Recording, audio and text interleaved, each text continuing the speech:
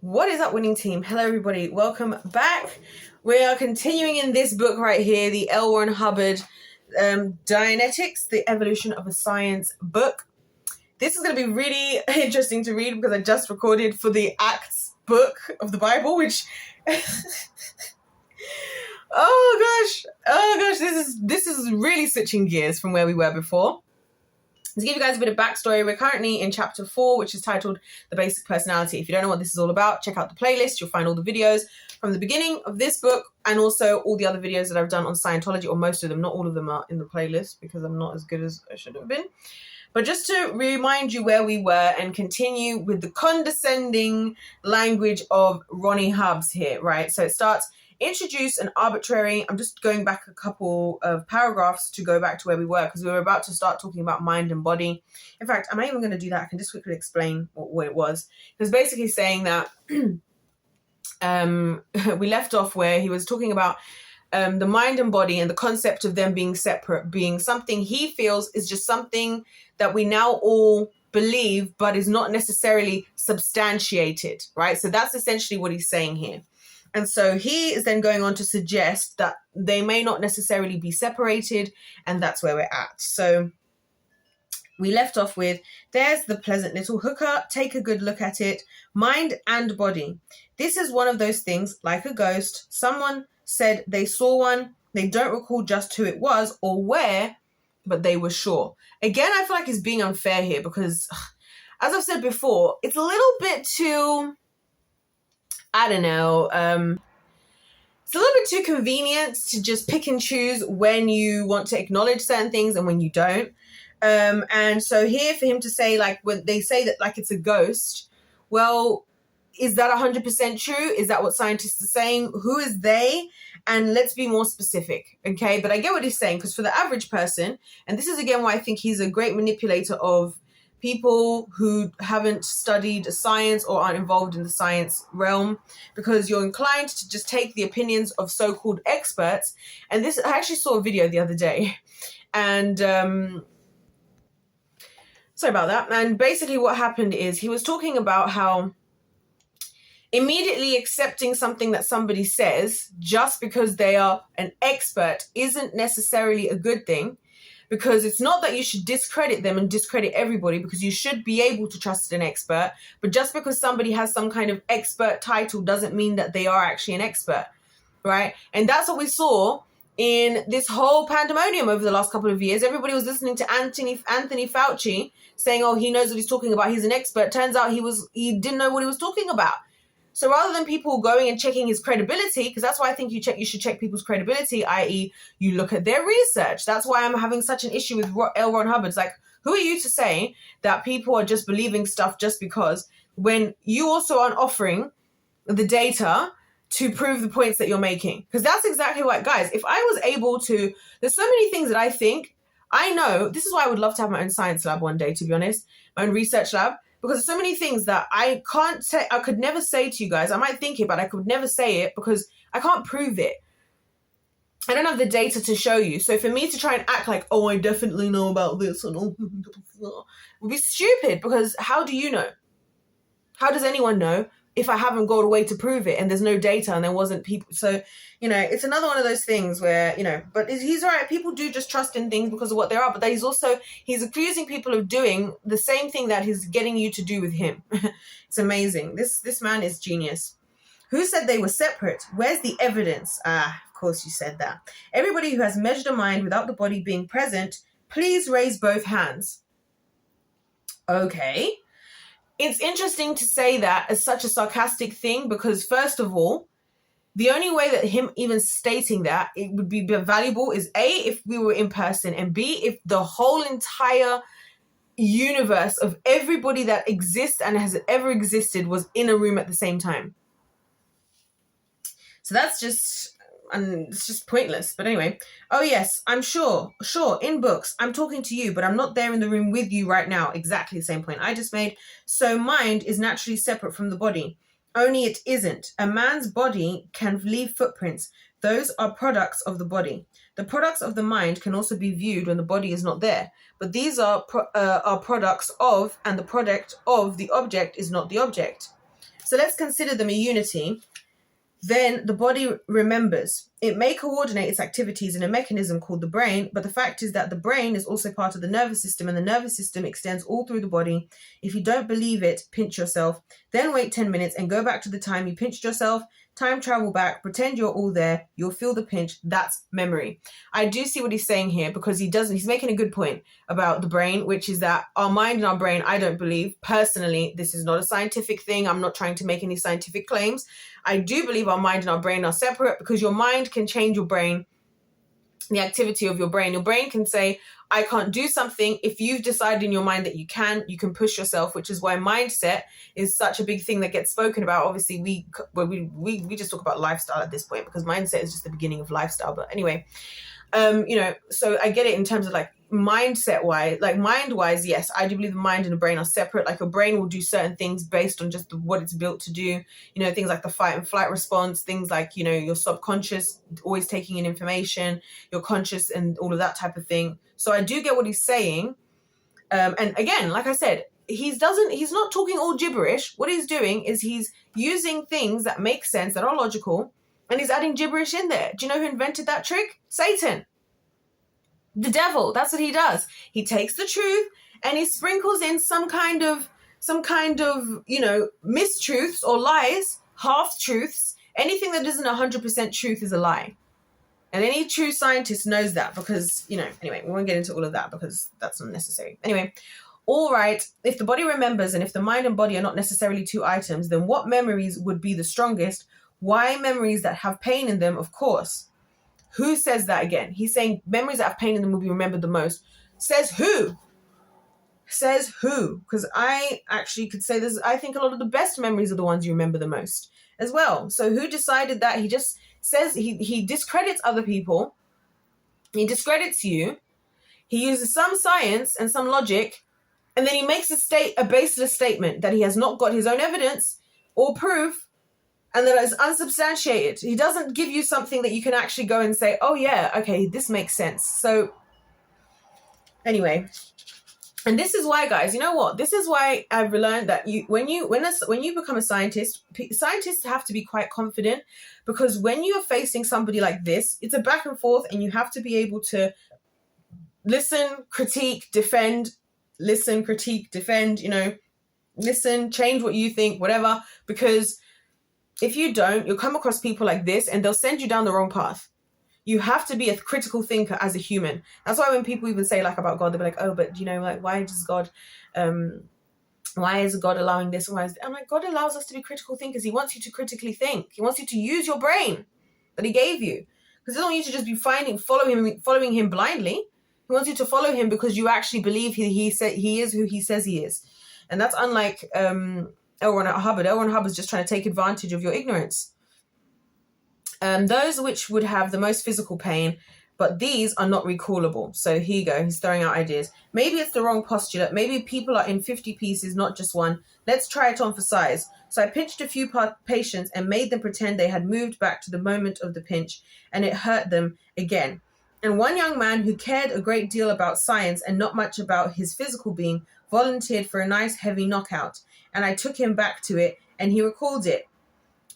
So he's just in this very short little paragraph here, as you can see, he's just done the equivalent of, made a bunch of statements that would normally be the equivalent of a full scientific paper. To make a statement like this, a full scientific paper would normally have to be done. You know what, guys? Bear with me a second. Okay, here's what we're going to do, because I'm getting sick of this. Here I happen to have a whole booklet of somebody that I know personally who has done a PhD, right? This is the PhD booklet, this whole booklet here. Now, this is them documenting the full research of exactly what they have done. It's actually in more than one language because they're not from the UK, although they are from another country in Europe. This whole research is about, what does it say again? What human and non-human primates recall about their past and plan for their future. So basically comparing if the ability of primates to look at their past and their future and whether they plan. I spoke with the person about it, so this is why I can explain what it's about. But basically, whether the primates have the same ability as humans, for example, to be able to think and plan for their future, and whether their circumstances affect how they plan for the future, or if they plan for the future. So this has to be a whole booklet, and you can see here that if you go through at every given point, so we've got an introduction, it tells you what you think. This is how all papers are written. You start with the introduction, then it's split into 3 sections. Transport of tools for future use by long-tailed macaques, right? So specific things that we're studying. And then if I go to that page, look, I'm just giving you guys this example. We're not going to spend loads of time on it, but I'll give you an example. Just because I want you guys to see what real life scientists do. This is a PhD, right? So in this section, it starts tools. So we've got this whole page here, the abstract, explaining the theories in the introduction, etc., etc. Materials and methods. So all clearly outlined here so that you as a scientist can go and look. We've got some tables here. Can you see that? The subject, the gender and age. So we've got names, we've got gender, age, female, 4 years old, male, 8 years old, female, 20 years old.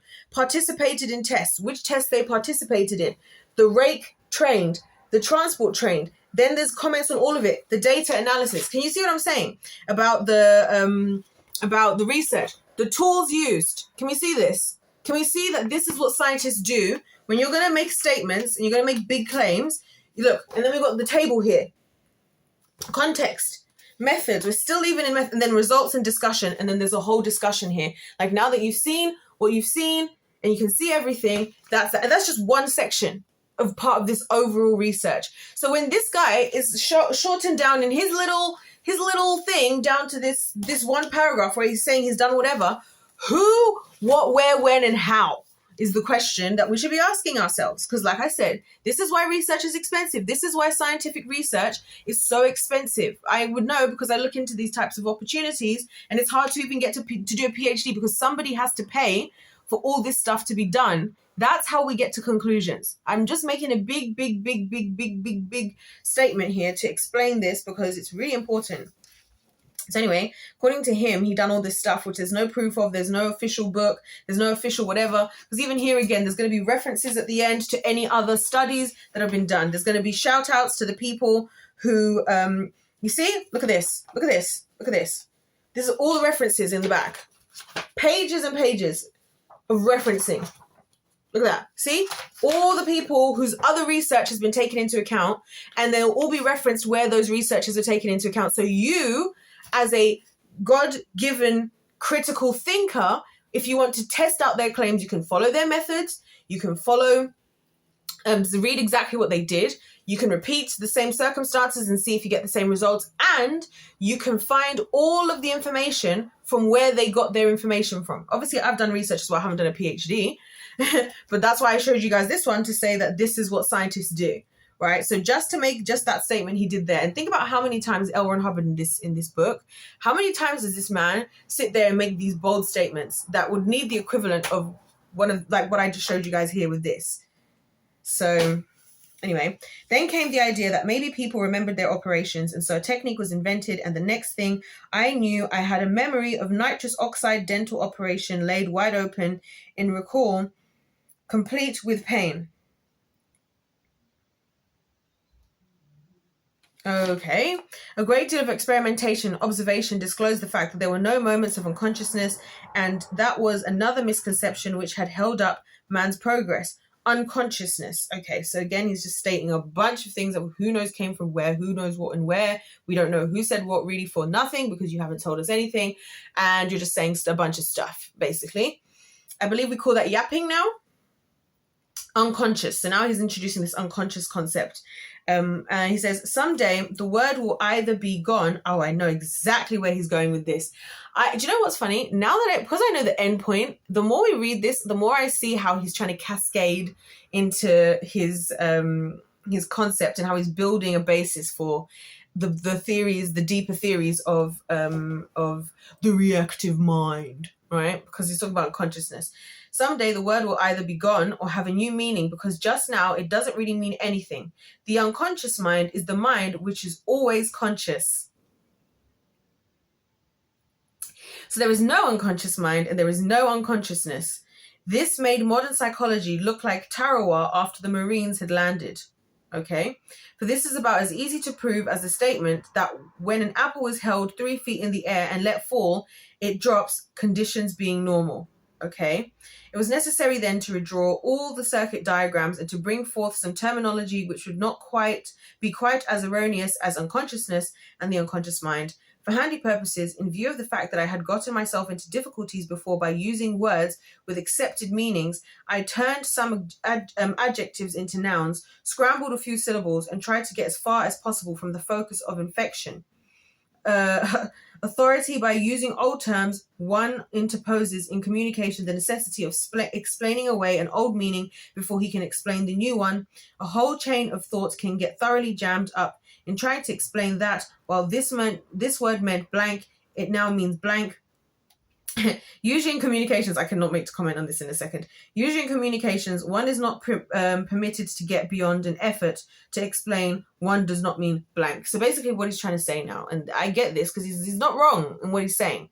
He's saying that because of people's perceived accepted understandings of words, or as we would call it today, the connotations that are attached to these words, when you say certain things, a lot of times, because of what people understand based on either connotations or whatever else, what you intended and what you meant might not be what they've understood or what they're, hearing from you.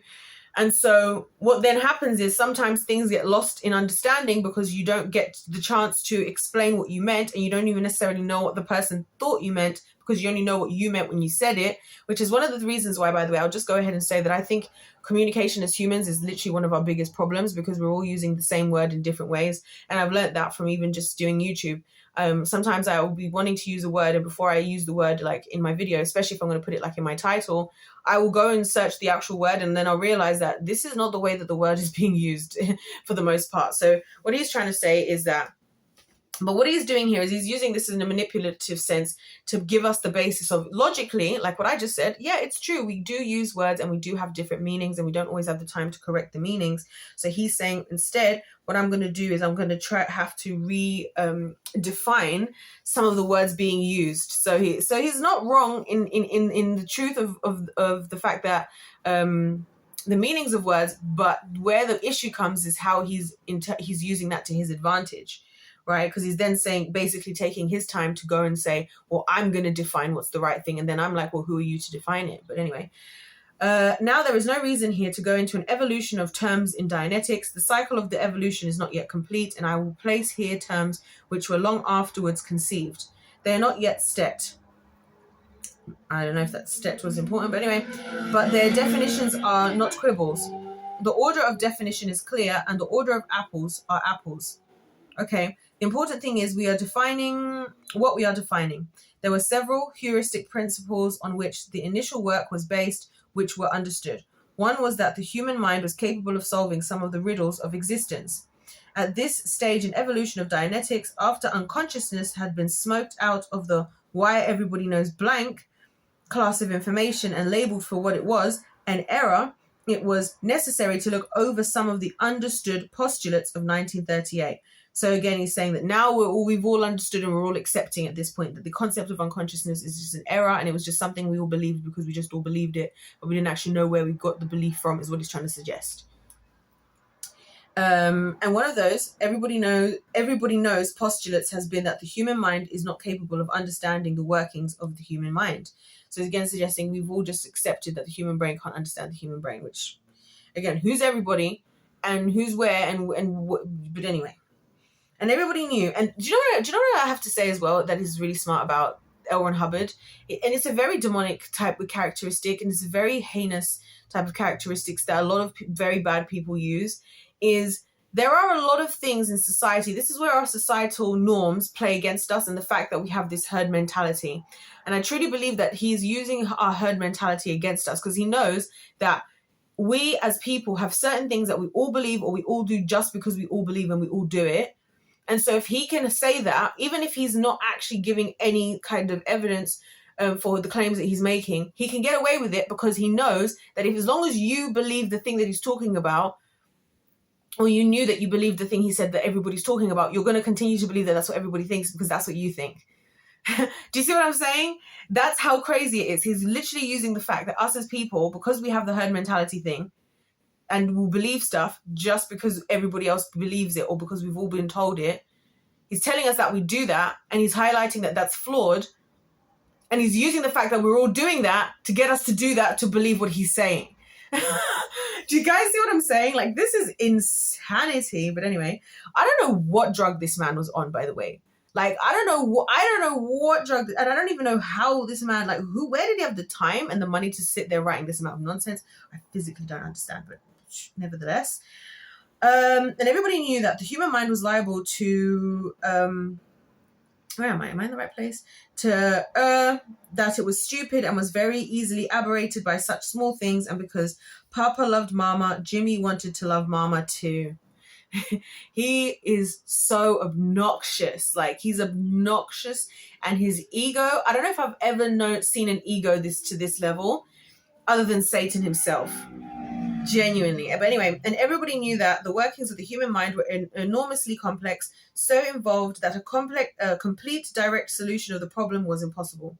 That, in effect, the human mind was a Rube Goldberg device built up of an enormously unstable and delicately balanced pile of odd-shaped bits of emotion and experience, liable to collapse at any time. Okay. And then he's got a diagram for that. I do like these diagrams. Like I said, I like the sketch work. Whoever drew these, I do enjoy the sketch work of this book. I wonder if it's him, because I know that he's also he also makes movies, and he also has done all sorts. So could have been his own artwork, for all we know. From the engineering viewpoint, that seems a little strange. 2 billion years of evolution, 1 billion successive test models would tend to produce a fairly streamlined functional mechanism.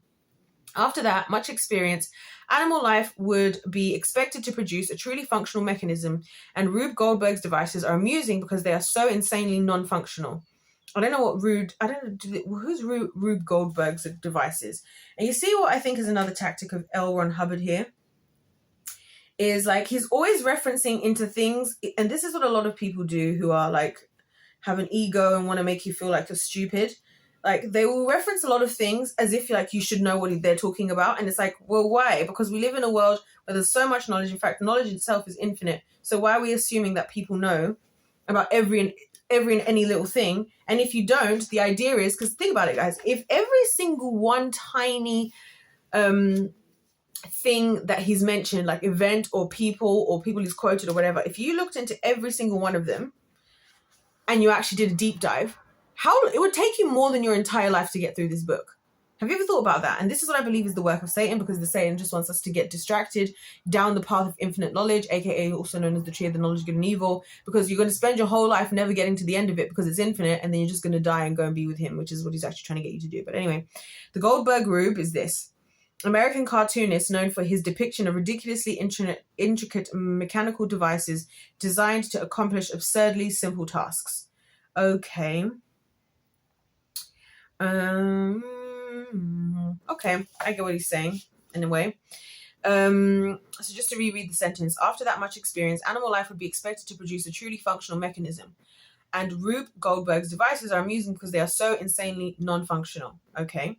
It somehow doesn't seem probable that 2 billion years of trial and error development could wind up with a clumsy, complex, poorly balanced mechanism for survival, and that Jerry built thing an absolute master of all the other animal life. It's actually so funny that he says that.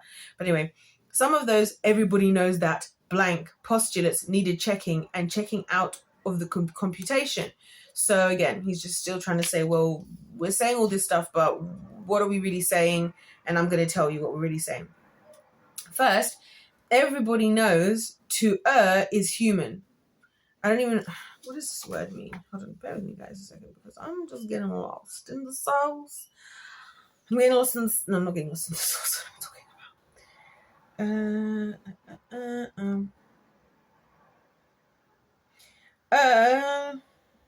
about? To make mistakes, to be incorrect. So why doesn't it just say error? Anyways, I thought it was that, but I thought I would just double check. And second, everybody knows that we are pawns in the hairy grasp of some ogre who is and always will be unknown. Okay. Only this didn't sound like engineering to me. I'd listened to the voodoo drums in Cap Haitian and the bullhorns in the Lama temples of Western Hills. The people who beat those drums and blew those horns were subject to disease, starvation, and terror. Looked like we had a ratio at work here. So you see what I'm saying again? He's again referencing out to supernatural things that people are doing, things that are not scientific based, because voodoo and all of this stuff is not scientific. This is what we would call airy-fairy. We would call this exact opposite of what he's claiming to be, which is a scientist. Now, what is he going to say? The closer a civilization or a man moved toward admitting the ability of a human mind to compute, the closer the proposition was entered that the natural obstacles in chaos were susceptible to orderly solution. The better he or they fared in the business of living. And here we are back with our original postulate again, survive. Now this computation would be warranted only if it worked. So he's saying that clearly, because they've gone off into these voodoo drums doing this airy-fairy stuff, that's why they're subject to disease, starvation, and terror. I would say it's because they're engaging in witchcraft and demonic activity, and therefore they've planted the seeds in the kingdom and they're bearing the fruit of the seeds that they've planted. So anyway, but it was not unwarrantable and it was a not unwarrantable conclusion. I had had experience now with basic personality. Basic personality could compute like a well-greased computer. It was constructive, it was rational, it was sane. And so we entered upon the next 7-league boot stride in this evolution. What was sanity? It was rationality. A man who was sane in the ratio that he could compute accurately, limited only by information and viewpoint.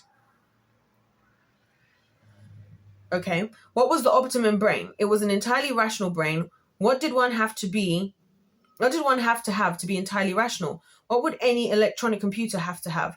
All data must be available for inspection. All data is contained and must be derived from its own computation, or it must be able to compute and check the data it is fed.